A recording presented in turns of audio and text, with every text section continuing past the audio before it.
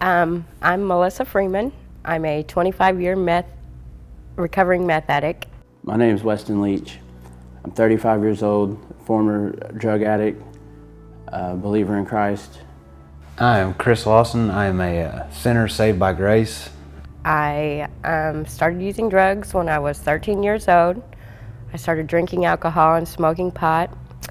By the time I was 21, I was pretty much a drug addict. I drank, did drugs.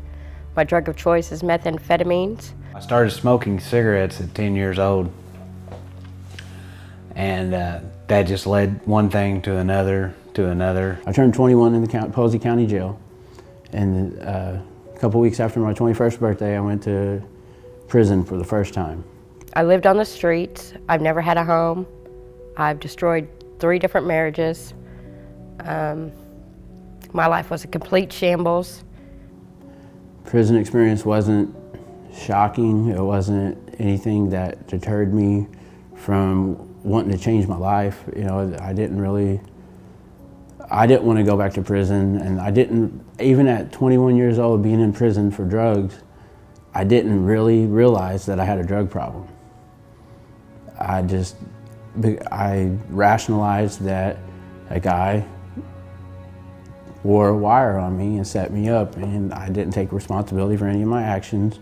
I didn't want to come back, but I really didn't take it seriously. I didn't want to, when I got out, I said I wasn't going to use drugs, but I didn't do anything to prepare myself to go back into the lifestyle where I was going back to. When I was 17 years old, a buddy of mine showed me how to manufacture meth, and when I was a junior in high school, and I started cooking dope. That's crazy. I had no hope. 25 years of active, extensive meth use left me dark on the inside. I remember saying to myself, meth has taken everything from me, and I still chose to do it. As it took my college career, it took the home that we were living in, it took my first child, my little baby boy, out of my home. He took him out of my life because I couldn't be around him because of my use. I wasn't allowed to go there when I was using and strung out on meth, so I wouldn't see him for weeks, months at a time, and I still chose to do it. The drug addiction was so strong that I still chose to do meth instead of trying to get my life back in order. In September of 2011, I started using meth intravenously, and I'd never done that before. I always knew that if I went that far, there was no turning back, and I was right, but I did it anyway. I did not know who I was. I was completely lost in drugs, and I had been for so many years. I did not even know who I was. My daughter's birthday is December 6th, and I wanted to see her on her birthday, but I hadn't called, hadn't spoken to him or seen him in about 8 months. So on her birthday, I'm sitting there realizing that I'm missing my first child, or missing the birthday of one of my children for the first time. I'd been locked up before, but at least I got to call him and talk to him. This was the first time that one of my children were sitting without mom or dad on their birthday and not knowing where daddy is, not knowing why he wasn't there. And it was rough. I was really strung out. I sat with my cell phone in one hand and meth and a syringe in another hand. And I realized that I was choosing the meth and the syringe over a relationship with my children.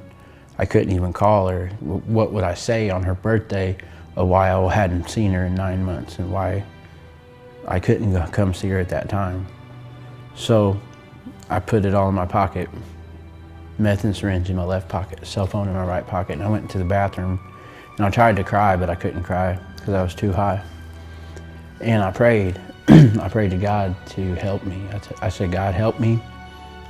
I can't do it on my own. I can't do it at all. I'm going to die, or I'm going to be in prison for a really long time. And my children aren't going to have a father if you don't do something, because I can't do it. The U.S. Marshals and the Texas Rangers, the Texas State Police, Johnson County Sheriffs, I think there was a couple SWAT guys there. They kicked in our privacy fence in the house in Texas and took me into custody. I'd been hit with an A felony dealing methamphetamine and an A felony conspiracy to distribute methamphetamine from January 2011, and this was, or January 2012, and this was June 2012. And in the next 3 days, I lost the vehicle that I was driving. It was impounded. I lost the drugs that I had, the money that I had, and I was arrested as a passenger in a vehicle and charged with possession of meth and put in jail. And since I was on bond, they wouldn't give me a new bond, so I was forced to stay incarcerated. And I was in jail for about 75 or 80 days, and I realized that God answered that prayer that I prayed the few nights before. And of course I didn't want to be in jail, but I really didn't want to be using meth, and I didn't want to continue in my addiction and die or never see my children again. February the 12th of 2016, I got arrested for a large amount of methamphetamines and a loaded handgun. I thought that was the worst day of my life. I thought that my life was completely over. I was sitting in jail. I sat there for a few days before I got out. I knew I was exactly where I needed to be, and I knew that God had put me there. And I started going to church on Monday nights and Celebrate Recovery or Overcomers in Christ on Tuesday nights. And there was a little pamphlet that said Churches Embracing Offenders on it. And one of the volunteers, a pastor, came in and he told us a little bit about it. So I took the Church Embracing Offenders pamphlet back to the cell and I read through it, and it sounded like something that would help me. You know, I know that every time I got out of jail, that I went right back to addiction. I went right back to the same environment, and I always went back to using, and I wanted help. I went to Branchville and got put in a therapeutic community, and I met Mr. Tony Metcalf at a Wednesday night Celebrate Recovery meeting, and told him my case had been transferred, you know, and I was going to be getting out and living in Evansville, and I was kind of nervous. I knew there's a lot of bad stuff goes on in Evansville, you know. I was scared, you know, to get out because I had all the right intentions, but you know, you never know what can happen. You know, you get out on the streets and everything. I'd heard all these stories about everybody getting out with the best intentions and it just not working out.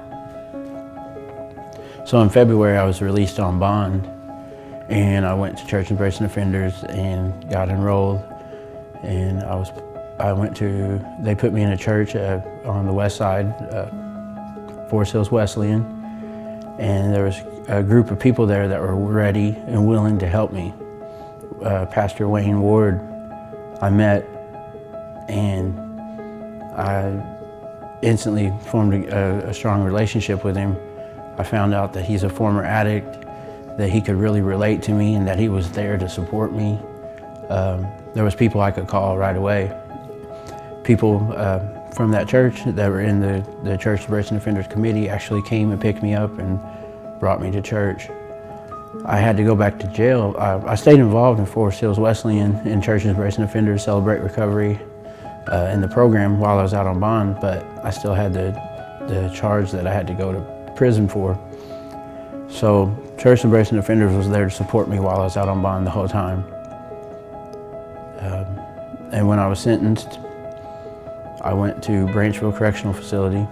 So I kept going to these Wednesday night meetings, and it's funny, people in prison actually get to look forward to stuff.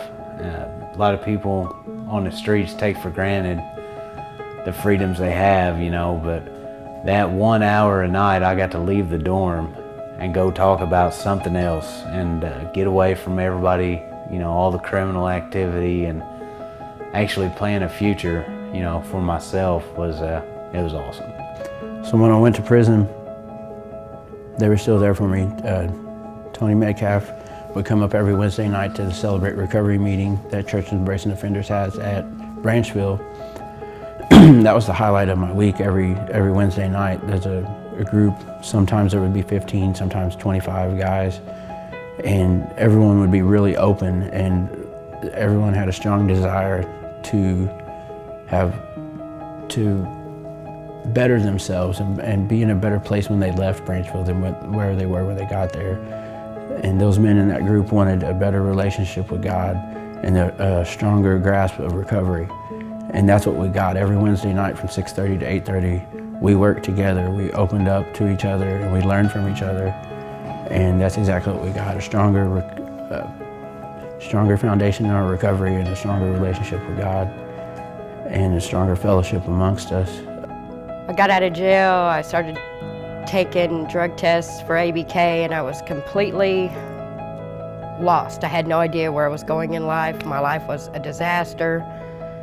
I guess that was the bottom of my barrel that I had to crawl out of. And in that time, I was really depressed. Whenever you stop using drugs real abruptly like that, you go into a deep depression. I was real depressed, I was lost, I didn't have any friends. I had to get rid of everything that I knew in life. It's like being born again almost. I was getting ready to get out in December of 2014, and I had an apartment already set up for me down here. I had a car. I didn't have no job yet, didn't know where I was going to work, what I was going to do.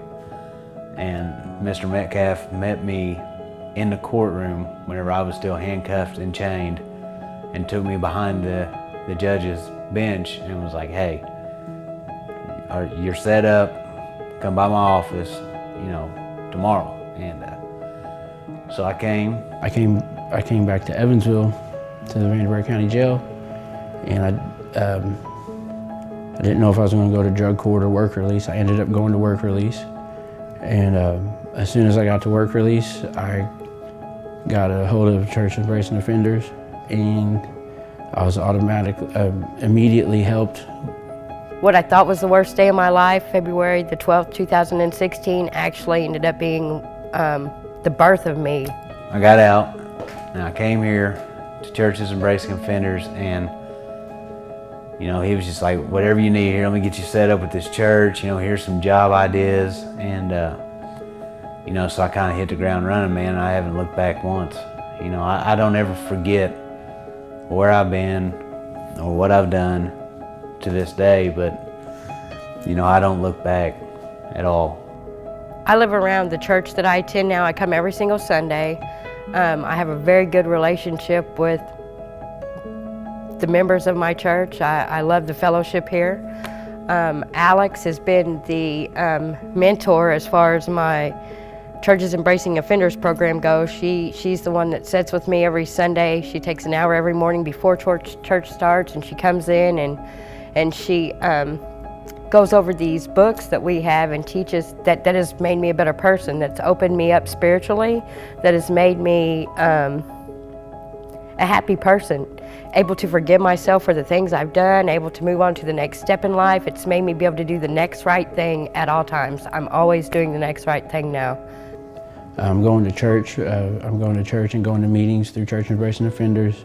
They're there to support me. I know that just like when I was out on bond, they're going to be there to support me through my time at work release. And when I'm released from there, I know that I have relationships and I have connections with people that want to help me. I've got a job at Papa John's. I'm working.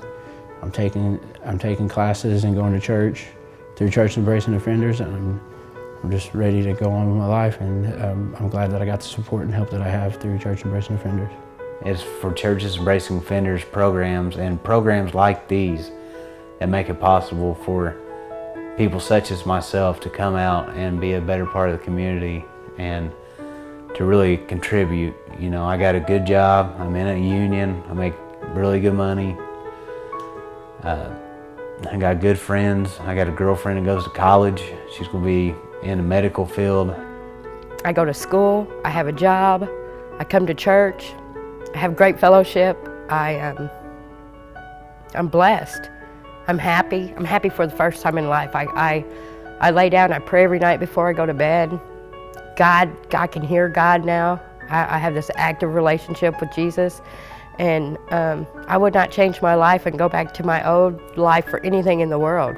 Nothing can make me go back to that. It's amazing what the lives that this program has touched, and I've seen it firsthand. It's nice to know that I have support, and Churches Embracing Offenders is there for that support. So I just want to thank everyone who helps with Church Embracing Offenders.